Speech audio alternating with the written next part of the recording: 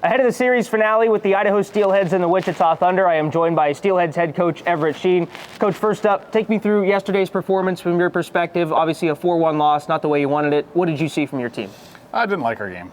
I didn't like our game from the second period through the end of the third, really, and I think all our guys would agree with that. I mean, I thought we played well in the first, and then the second we just kind of took our foot off the gas, and we were slow to win races. We were slow to, win first touches. We were slow to, we couldn't compete, and we just, we gave that one away, unfortunately. Mm-hmm. It seemed like, and the shot numbers bear it out, of course, you guys had 30-plus shots on the first game on Friday, weren't able to get as much toward the net. Was that more so them kind of stepping into those lanes, or do you think you can do more and kind of getting more action onto the net? I think, we got to give credit to Wichita. They did a good job. They blocked a lot of shots. Mm-hmm. I don't think our entry routes are very good. We weren't getting to the dirty areas, we weren't getting to the net front, creating second and third opportunities. So, it's kind of both. Give them credit, but we got much better in us. Yeah. The penalty kill was something you harped on after Friday's game. You allowed 2 power play goals. You took 4 penalties, but you didn't give up any goals in yesterday's contest. How'd you see the evolution of the PK from Friday to Saturday? Yeah, I really liked our PK last night. We touched on a few things we could clean up with our, how we want to kill penalties. I thought our guys did a tremendous job of that.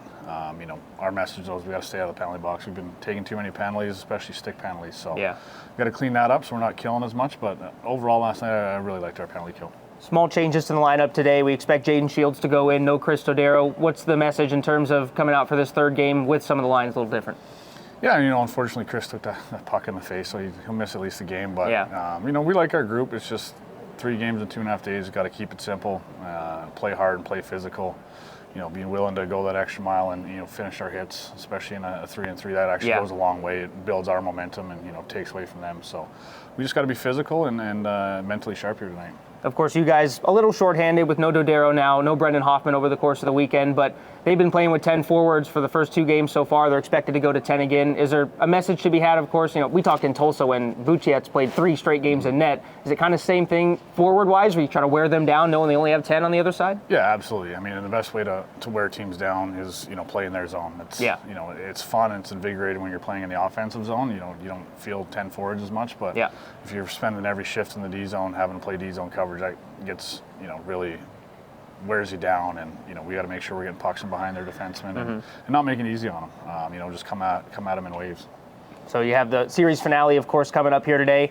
Leads into the second part of the road trip coming up. Is there any kind of management at this point, knowing that there's 3 games ahead? Of course, we expect some guys to come from Boise and meet us in Tahoe as well. No, the important thing here is to get 2 points today, and that's really all that matters. We'll have a travel day tomorrow, light skate Tuesday, so we got days to recover.